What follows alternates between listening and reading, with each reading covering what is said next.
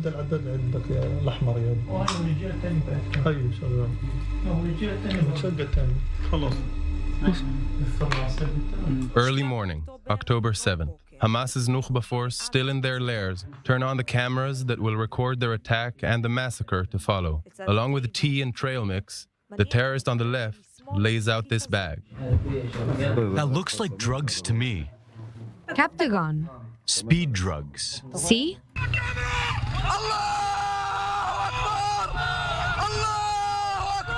This is the symbol of the Muslim Brotherhood. Allah Wahid, one God. Islamist text. Now the terrorists face the Israeli obstacle. 4 layers of fences, barbed wire, the old fence, earth mounds, and the $3 billion smart fence. After the second blast, they make their way through the old fence and proceed to the smart fence. The terrorists have now invaded Israel.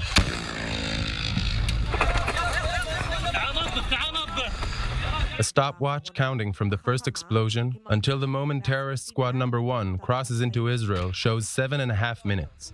In that time, they meet no Israeli resistance.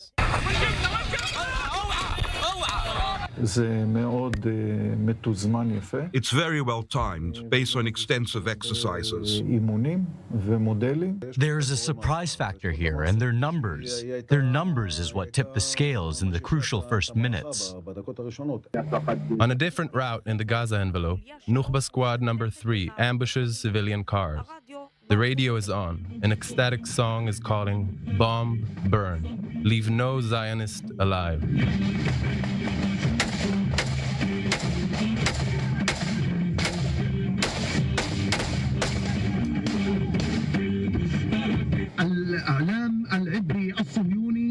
It seems you're even more upset when you see the terrorists. Because I see the vacuum. I say this with humility. We could have had hundreds waiting for them at the border. Most often, they knew exactly where to go. And when on site, they knew which places.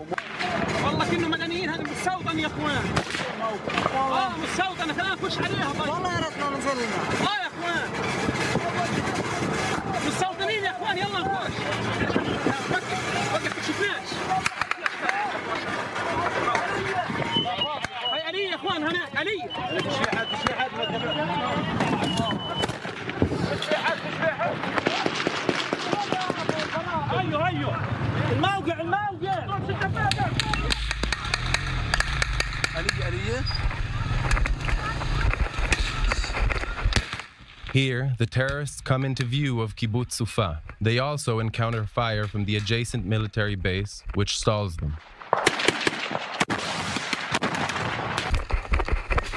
Having crossed the orchard, they are within reach of the army stronghold.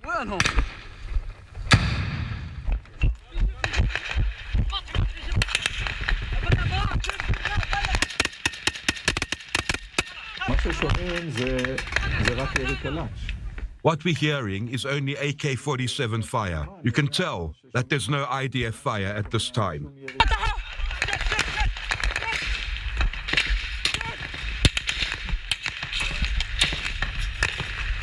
The outer fence of the base is breached.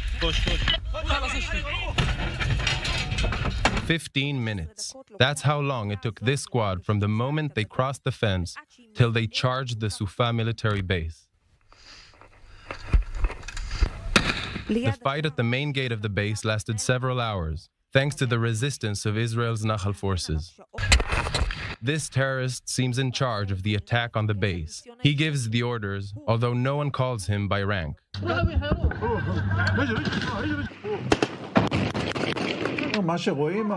You see a commander sending his men forward. You won't see that in the IDF. The supposed commander catches up.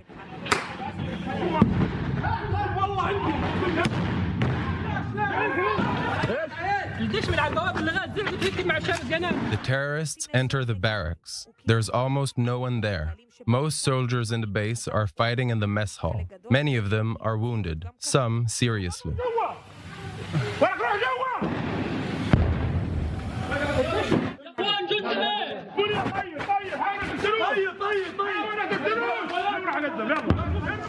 Here, a terrorist films himself in the mirror.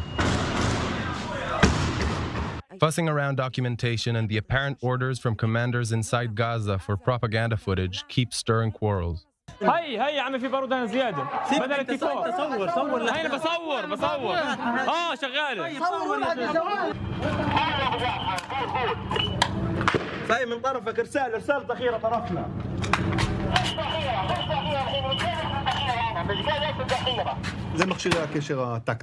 This is the Hamas's military radio. Simple walkie-talkies with few miles range. They've used them for years. According to reports, especially in the foreign media, 8200 IDF Signal Intelligence Unit stopped listening to those radios, which are probably the ones Hamas use in their exercise. Despite their injuries and lack of ammunition, those IDF soldiers still alive managed to hold back the terrorists.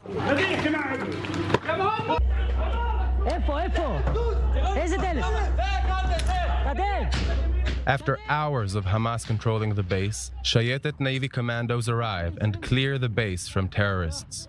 Meanwhile, in nearby Kibbutz Sufa, terrorist squad number 4 manages to enter.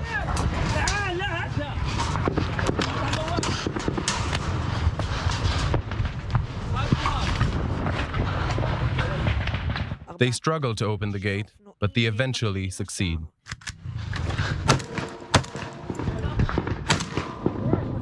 الفاضي بنكسرش ها اهدوا ايش وين وين في حدا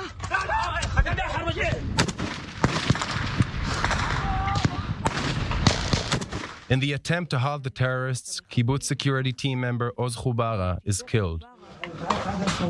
ايه ايه فيديوهات ايش والله قيم هاي في الجبات خلاص يلا يا حبيبي يلا